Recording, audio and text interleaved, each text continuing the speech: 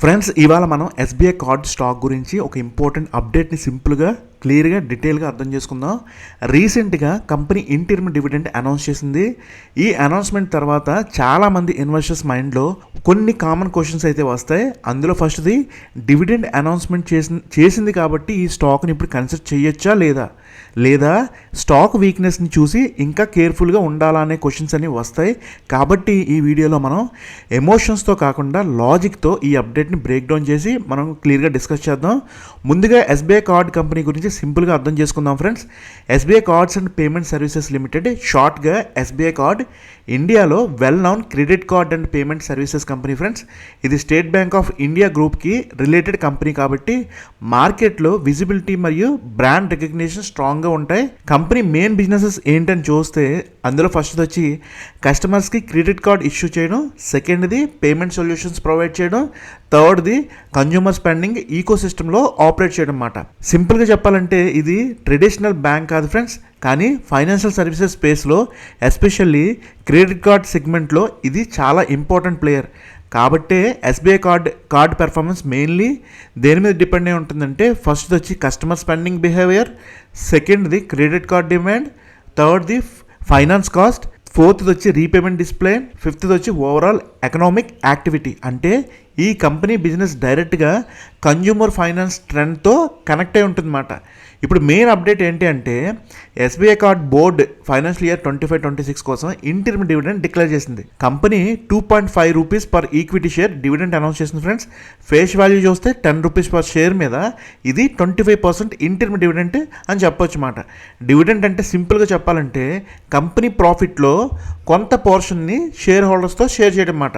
ఇది మార్కెట్కి 2 సిగ్నల్స్ ఇవ్వచ్చు ఫ్రెండ్స్. అందులో ఫస్ట్ది కంపెనీ షేర్ హోల్డర్స్కి రిటర్న్ ఇవ్వడం కంటిన్యూ చేస్తుందని చెప్పి, సెకండ్ది company cash distribution discipline maintain చేస్తుందనే ఇంప్రెషన్ క్రియేట్ అవ్వచ్చు కూడా. కానీ ఇక్కడ మనం ఒక పాయింట్ క్లియర్గా గుర్తుపెట్టుకోవాలి ఫ్రెండ్స్.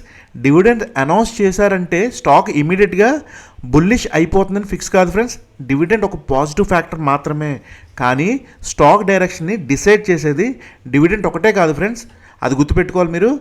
ఇప్పుడు ఇన్వెస్టర్స్కి మోస్ట్ ఇంపార్టెంట్ ప్రాక్టికల్ పార్ట్ ఏంటి అంటే డేట్స్. కంపెనీ చెప్పిన ప్రకారం రికార్డ్ డేట్ వచ్చి March 11, 2026. మీరు నోట్ చేసుకోవడానికి అయితే ప్రయత్నించండి. అంటే ఆ డేట్కి కంపెనీ రికార్డ్స్లో షేర్ హోల్డర్స్గా ఉన్న వాళ్ళకి డివిడెంట్ అనేది ఎలిజిబిలిటీ వస్తుందన్నమాట. ఇంకా dividend payment or credit date ఏంటి అని అడిగితే April 3, 2026 లోపు డివిడెంట్ క్రెడిట్ అవుతుంది ఫ్రెండ్స్ మీ అకౌంట్లో. అయితే సింపుల్గా చెప్పాలంటే రికార్డ్ డేట్కి ఎలిజిబిలిటీ షేర్ హోల్డర్స్ లిస్ట్లో మీ పేరు ఉంటే మీకు డివిడెంట్ వస్తుంది. ఇక్కడ బిగినర్స్కి ఒక ఇంపార్టెంట్ పాయింట్ ఏంటి అంటే రికార్డ్ డేట్ ముందు స్టాక్ మీద ఇంట్రెస్ట్ కొంచెం పెరిగే ఛాన్సెస్ అయితే ఉంటాయి. ఎందుకంటే కొంతమంది ట్రేడర్స్ అంటే షార్ట్ టర్మ్ పార్టిసిపెంట్ డివిడెంట్ కోసం అయితే ఎంట్రీ తీసుకోవడానికి అయితే ప్రయత్నిస్తారు. కానీ డివిడెంట్ కోసమే మాత్రమే స్టాక్ కొనడం అంటే అది ఆల్వేస్ ప్రాఫిటబుల్ స్ట్రాటజీ అయితే కాదు ఫ్రెండ్స్. అది మీరు పూర్తిగా అర్థం చేసుకోవడానికి అయితే ప్రయత్నించండి. ఎందుకంటే ఎక్స్ డేట్ తర్వాత స్టాక్ ప్రైస్ అనేది యూజువల్లీ డివిడెంట్ అమౌంట్కి రఫ్గా అడ్జస్ట్ అవుతుందన్నమాట. కాబట్టి డివిడెంట్ని సపరేట్గా చూడకుండా ఓవరాల్ స్టాక్ సెటప్తో కలిపి చూడాలి మనం. ఇప్పుడు స్టాక్ ప్రైస్ పొజిషన్ కూడా చూద్దాం. ఎస్బీఐ కార్డ్ షేర్ రీసెంట్గా 722.1 దగ్గర అయితే క్లోజ్ అయ్యింది. ప్రీవియస్ క్లోజ్ చూస్తే 730.55 రూపీస్ నుంచి అప్రాక్సిమేట్గా 1.16% అయితే డౌన్ అయింది.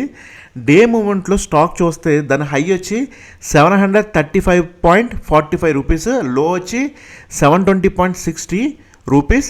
ఇక్కడ ఇంపార్టెంట్ అబ్జర్వేషన్ ఏంటి అంటే స్టాక్ కరెంట్ లెవెల్ 52 వీక్ లో లెవెల్ దగ్గర అయితే ట్రేడ్ అవుతుంది ఫ్రెండ్స్. కంపెనీ 52 వీక్ డేటా చూసాం అనుకోండి మనం, 52 వీక్ హై వచ్చి 1027.25, లో వచ్చి 52 వీక్ లో వచ్చి 717.80. ఓకే, మీనింగ్ ఏంటి అంటే స్టాక్ ఒక టైంలో 1000+ లెవెల్లో ట్రేడ్ అయింది, కానీ ఇప్పుడు ఆల్మోస్ట్ ఇయర్ లో జోన్లో దగ్గర అయితే ట్రేడ్ అవుతుంది ఫ్రెండ్స్. ఇది ఇన్వెస్టర్స్కి 2 రకాల సిగ్నల్స్ ఇస్తుంది ఫ్రెండ్స్. వన్ సైడ్ చూసారనుకోండి స్టాక్ వీక్ సెగ్మెంట్లో ఉంది అని చెప్పొచ్చు. ఇంకో సైడ్ చూస్తే oversold or base building area దగ్గర ఉండొచ్చు అని చెప్పి మనకి 2 రకాలుగా సిగ్నల్స్ అయితే ఇస్తుంది. కాబట్టి ప్రైజ్ని చూసి ఎగ్జైట్మెంట్లోకి వెళ్ళి బై చేయడం కానీ లేదా ఫియర్లో మనం సెల్ చేయడం కానీ చేయదు ఫ్రెండ్స్. స్ట్రక్చర్ని కామ్గా అనలైజ్ చేయాలి మనం. ఎప్పుడు కూడా డేటాను బేస్ చేసుకునే మనం డెసిషన్ అనేది తీసుకోవాలి. అయితే ఇప్పుడు కంపెనీ డివిడెంట్ హిస్టరీ చూద్దాం. ఎస్బీఐ కార్డ్ లిస్టింగ్ అయ్యాక కన్సిస్టెన్స్గా ఇంటర్మ్ డివిడెంట్ ఇస్తూ వచ్చింది ఫ్రెండ్స్. అది రిపోర్ట్లో కూడా క్లియర్గా మెన్షన్ చేశారు వాళ్ళు. As of March 2026 company multiple dividends pay చేసింది. ప్రీవియస్ ఫైనాన్షియల్ ఇయర్లో కూడా మోస్ట్లీ 2.50 పర్ షేర్ రేంజ్లో డివిడెంట్ అయితే ప్యాటర్న్ అయితే కనిపిస్తుంది మనకి. కరెంట్ మార్కెట్ ప్రైస్ మీద డివిడెంట్ ఈల్డ్ అప్రాక్సిమేట్గా 0.35% అని మెన్షన్ చేశారు వాళ్ళ రిపోర్ట్లో. ఇక్కడ వెరీ ఇంపార్టెంట్ ఎక్స్ప్లెనేషన్ ఏంటి అంటే 0.35% డివిడెంట్ ఈల్డ్ అంటే ఇది హై డివిడెంట్ స్టాక్ కేటగిరీలో కాదు ఫ్రెండ్స్. అంటే ఈ స్టాక్ని ఇన్వెస్టర్స్ డివిడెంట్ ఇన్కమ్ కోసమే కాకుండా మోస్ట్లీ వాళ్ళు చూసే ఏం చూస్తున్నారు అందులో, ఫస్ట్ది బిజినెస్ క్వాలిటీ, సెకండ్ది సెక్టర్ పొటెన్షియల్, థర్డ్ది లాంగ్ టర్మ్ గ్రోత్, ఫోర్త్ది వాల్యుయేషన్ కరెక్షన్ ఆపర్చునిటీస్ లాంటి యాంగిల్స్ నుంచి చూడాలి మనం. డివిడెంట్ ఇక్కడ మెయిన్ ఇన్వెస్ట్మెంట్ రీజన్ కాదు ఫ్రెండ్స్, అది జస్ట్ ఎడిషనల్ పాజిటివ్ పాయింట్ మాత్రమే. మీరు అది అర్థం చేసుకోండి ఫ్రెండ్స్. ఇంకొక పాయింట్ ఏంటి అంటే లాస్ట్ 12 monthsలో company total dividend 6 rupees per share distribute చేసిందని చెప్పి మెన్షన్ చేశారు. కాబట్టి కంపెనీ షేర్ హోల్డర్స్ రిటర్న్స్ని కంప్లీట్గా ఇగ్నోర్ చేయలేదు ఫ్రెండ్స్. కానీ అగైన్ ఇది డివిడెంట్ ఇంట్రెస్ట్ స్టాక్ లాగా కాకుండా ఇది more financial service growth stock with modern dividend support లాగా చూడాలి మనం. ఇప్పుడు మెయిన్ క్వశ్చన్ ఏంటంటే డివిడెండ్స్ అనౌన్స్ అయ్యింది కాబట్టి ఈ స్టాక్ ఇప్పుడు ఎందుకు ఫోకస్లో ఉంది అని. దానికి మెయిన్ రీజన్ చాలా క్లియర్గా ఉన్నాయి ఫ్రెండ్స్. ఫస్ట్ది స్టాక్ ఆల్రెడీ వీక్ జోన్లో ఉంది, ప్రైస్ 52 వీక్ లో దగ్గర ట్రేడ్ అవుతుంది. కాబట్టి చాలామంది ఇన్వెస్టర్స్ బాటమ్ ఏరియా అని అబ్జర్వ్ చేస్తున్నారు అన్నమాట. సెకండ్ది డివిడెండ్ అనౌన్స్మెంట్ షార్ట్ టర్మ్ సెంటిమెంట్ని కొంచెం ఇంప్రూవ్ చేయొచ్చు ఫ్రెండ్స్. రికార్డ్ డేట్ దగ్గర కొంతమంది ట్రేడర్స్ బయ్యింగ్ ఇంట్రెస్ట్ అయితే చూపించే ఛాన్స్ అయితే ఉంది. థర్డ్ది వచ్చి బేస్ బిల్డింగ్ పాసిబిలిటీ, అంటే డివిడెండ్ రిలేటెడ్ డిమాండ్ వల్ల స్టాక్ 720 రూపీస్ రేంజ్ దగ్గర టెంపరీ సపోర్టర్ బేస్ క్రియేట్ చేయడానికి అయితే మనకు అవకాశం కనిపిస్తుంది.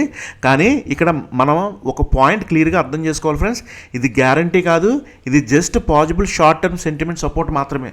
మీరు అది గుర్తుపెట్టుకోండి. ఇప్పుడు మనం మోస్ట్ ఇంపార్టెంట్ పాయింట్కి వద్దాం. Should you by SBI card shares now? అంటే ఇప్పుడు ఈ ఎస్బీఐ కార్డ్ షేర్స్ కొనాలా వద్దా అని అడిగితే మట్టికి ఈ క్వశ్చన్కి ఆన్సర్ సింగిల్ లైన్లో ఇవ్వడం అయితే కరెక్ట్ కాదు ఫ్రెండ్స్. ఎందుకంటే బై డెసిషన్స్ ఇన్వెస్టర్ టైప్ని బట్టి మారుతుంటుంది అన్నమాట. If you are short term trader, అంటే మీరు షార్ట్ టర్మ్ ట్రేడర్ అనుకోండి, డివిడెండ్ అనౌన్స్మెంట్ వల్ల రికార్డ్ డేట్ ముందు కొంత బయ్యింగ్ ఇంట్రెస్ట్ రావచ్చు. కానీ షార్ట్ టర్మ్ ట్రేడ్ అంటే డేట్ బేస్డ్ స్పెక్యులేషన్ మీద మాత్రమే డిపెండ్ అవ్వకూడదు friends. Price action, support levels, volume behaviour అన్నీ కలిపి చూడాలి మనం. కరెక్ట్గా స్టాక్ వీక్ రేంజ్లో ఉంది కాబట్టి మూమెంట్ క్లియర్గా రివర్స్ అయిందా లేదా అనే పాయింట్ చాలా ఇంపార్టెంట్ మనకి. If you are a long term investor, అంటే లాంగ్ టర్మ్గా చూడాలి అంటే డివిడెండ్ న్యూస్ కన్నా ఇంపార్టెంట్ పాయింట్స్ ఇంకా ఉన్నాయి ఫ్రెండ్స్. అందులో ఫస్ట్ వచ్చి కంపెనీ ఎర్నింగ్స్ ట్రెండ్ ఏంటి, సెకండ్ది క్రెడిట్ కార్డ్ బిజినెస్ గ్రోత్ ఎలా ఉందని చూడాలి, థర్డ్ది కస్టమర్ స్పెండింగ్ హెల్దీగా ఉందా లేదా అని చూడాలి, ఫోర్త్ది వచ్చి రీపేమెంట్ డిసిప్లిన్ ఎలా ఉందని చూడాలి, ఫిఫ్త్ది వచ్చి మార్జిన్స్ అండ్ ప్రాఫిటబిలిటీ సస్టైన్ అవుతున్నాయి లేదా అని చూడాలి, సిక్స్త్ వచ్చి వాల్యుయేషన్ అట్రాక్టివ్గా ఉందా లేదా అని చూడాలి. మీనింగ్ సింపుల్గా చెప్పాలంటే ఫ్రెండ్స్, డివిడెంట్ ఒక బోనస్ పాయింట్ మాత్రమే, ఇన్వెస్ట్మెంట్ రీజన్ మాత్రం కాదు ఫ్రెండ్స్. స్టాక్ ఇయర్లీ లో దగ్గర ఉంది కాబట్టి చీప్ అనిపించవచ్చు, కానీ చీప్ అని చూసుకుని మనం స్టాక్స్ని బై చేయడం అయితే కరెక్ట్ పద్ధతి అయితే కాదు ఫ్రెండ్స్. కొన్నిసార్లు మార్కెట్ వీక్నెస్కి వ్యాలిడ్ రీజన్ కూడా ఉంటాయి. కాబట్టి ఇన్వెస్టర్స్ బ్లైండ్గా డివిడెండ్ న్యూస్ చూసి ఎంట్రీ తీసుకోవడం కన్నా కంపెనీ ఓవరాల్ బిజినెస్ స్ట్రెంగ్త్ మరియు ఎర్నింగ్ విజిబిలిటీని వెరిఫై చేయడం అనేది చాలా ఇంపార్టెంట్. అయితే ఇన్వెస్టర్స్ ఏం మానిటర్ చేయాలి?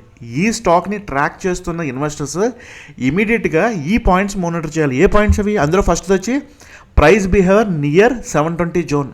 స్టాక్ ఈ జోన్లో సపోర్ట్ బిల్డ్ చేస్తుందా లేదా ఇంకా వీక్నెస్ చూపిస్తుందా అన్నది చూసుకోవాలి. సెకండ్ది volume based buying interest. Dividend announcement చేసిన తర్వాత రియల్ బయ్యింగ్ వస్తుందా లేదా అన్నది చూసుకోవాలి, లేదా టెంపరీ రియాక్షన్ మాత్రమేనా అనేది కూడా మనం గమనించాలన్నమాట. అండ్ థర్డ్ది business fundamentals, credit card spendings, customer growth, profitability లాంటి మెట్రిక్స్ స్ట్రాంగ్గా ఉన్నాయా లేదా అన్నది కూడా చెక్ చేసుకోవాలి మనం. ఫోర్త్ది మార్కెట్ సెంటిమెంట్ని, ఫైనాన్షియల్ స్టాక్ అంటే ఎన్బిఎఫ్సి అండ్ ఫైనాన్షియల్ సెక్టర్లో బ్రోడర్ సెంటిమెంట్ వీక్గా ఉంటే సింగిల్ స్టాక్ రికవరీ స్లోగా అవుతుంది ఫ్రెండ్స్. కాబట్టి మార్కెట్ సెంటిమెంట్ ఇన్ ఫైనాన్షియల్ స్టాక్స్లో ఎలా ఉందన్నది కూడా మనం ఇది అబ్జర్వ్ చేయాలి. ఫిఫ్త్ది వచ్చి డివిడెంట్ చేజింగ్ మిస్టేక్ అవాయిడ్ చేయండి ఫ్రెండ్స్. అంటే ఓన్లీ 2.5 రూపీ డివిడెంట్ కోసం లార్జ్ పొజిషన్ తీసుకోవడం అనేది లాజికల్ కాదు. So especially stock itself weak స్ట్రక్చర్లో ఉంటే, అది మనకి దీన్ని ప్రాపర్గా మనం ట్రాక్ చేసుకోవాలి. ఎందుకంటే మనం డివిడెండ్ కోసమే అని చెప్పి మనం లార్జ్ క్వాంటిటీ తీసుకుంటే మంచి ప్రాఫిట్ వస్తుంది తీసుకుంటాం, కానీ తర్వాత అసలు ఓవరాల్గా ఆ స్టాక్ అనేది ఎలా ఉందన్న చూసుకోవాలి. అది చాలా ఇంపార్టెంట్. ఇవన్నీ చూసుకోకుండా బ్లైండ్గా మీరు డివిడెండ్ కోసం వెళ్ళి కొనటం అనేది అయితే మంచి గుడ్ ప్రాక్టీస్ అయితే కాదు ఫ్రెండ్స్. సింపుల్గా చెప్పాలంటే ఫ్రెండ్స్, ఎస్బీఐ కార్డ్ ఈ మూమెంట్లో ఒక ఇంట్రెస్టింగ్ బట్ సెన్సిటివ్ జోన్లో ఉంది ఫ్రెండ్స్. పాజిటివ్ సైడ్ చూసాం అనుకోండి, కంపెనీ డివిడెండ్ అనౌన్స్ చేసింది.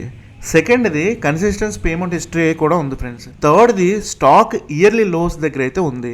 షార్ట్ టర్మ్ బేస్ బిల్డ్ అయ్యే ఛాన్స్ ఉంది ఫ్రెండ్స్. నెగిటివ్ సైడ్లో చూసాం అనుకోండి, స్టాక్ ఆల్రెడీ హెవీ సెల్లింగ్ ప్రెజర్లో ఉంది ఫ్రెండ్స్. సెకండ్ది ప్రైస్ స్ట్రక్చర్ వీక్గా కనిపిస్తుంది. ఫోర్త్ది డివిడెంట్ ఈల్డ్ వెరీ హై కాదు ఫ్రెండ్స్, అది గుర్తుపెట్టుకోండి. అండ్ ఫోర్త్ది స్టాక్ డైరెక్షన్ డిసైడ్ చేయడానికి డివిడెంట్ ఒకటే సరిపోదు. కాబట్టి ఈ అప్డేట్స్ని మనం డైరెక్ట్ బై సిగ్నల్ లాగా కాకుండా వాచ్ క్లోజ్లీ సిగ్నల్ లాగా చూడాలి మనం. ఫైనల్గా సింపుల్ టేక్అవే ఏంటంటే, SBI card ₹2.5 interim dividend announce చేసింది. రికార్డ్ డేట్ వచ్చి March 11, 2026. డివిడెండ్ పేమెంట్ వచ్చి April 3, 2026 లోపు మనం ఎక్స్పెక్ట్ చేయొచ్చు. స్టాక్ కరెక్ట్గా ఇయర్లీ లో దగ్గర ట్రేడ్ అవుతుంది ఫ్రెండ్స్. డివిడెండ్ అనౌన్స్మెంట్ వల్ల షార్ట్ టర్మ్ సెంటిమెంట్ సపోర్ట్ రావచ్చు, కానీ డివిడెండ్ కోసం మాత్రమే షేర్ బై చేయడం కరెక్ట్ స్ట్రాటజీ కాదు. మీరు అది అర్థం చేసుకోవాలి. ఆల్వేస్ ఈ 4 థింగ్స్ని ఫస్ట్ చూడాలి ఫ్రెండ్స్. ఏంటి? ఫస్ట్ ఇది business strength, second earnings trend, థర్డ్ది వాల్యుయేషన్ కంఫర్ట్, ఫోర్త్ది రిస్క్ రివార్డ్ క్లారిటీ. అప్పుడే బెటర్ డెసిషన్స్ తీసుకోగలుగుతాం ఫ్రెండ్స్. మీకు ఈ వీడియో యూస్ఫుల్ అనిపిస్తే లైక్ చేయండి, షేర్ చేయండి. ఇలాంటి clear and detail stock market updates కోసం ఛానల్ని ఫాలో అవ్వండి ఫ్రెండ్స్.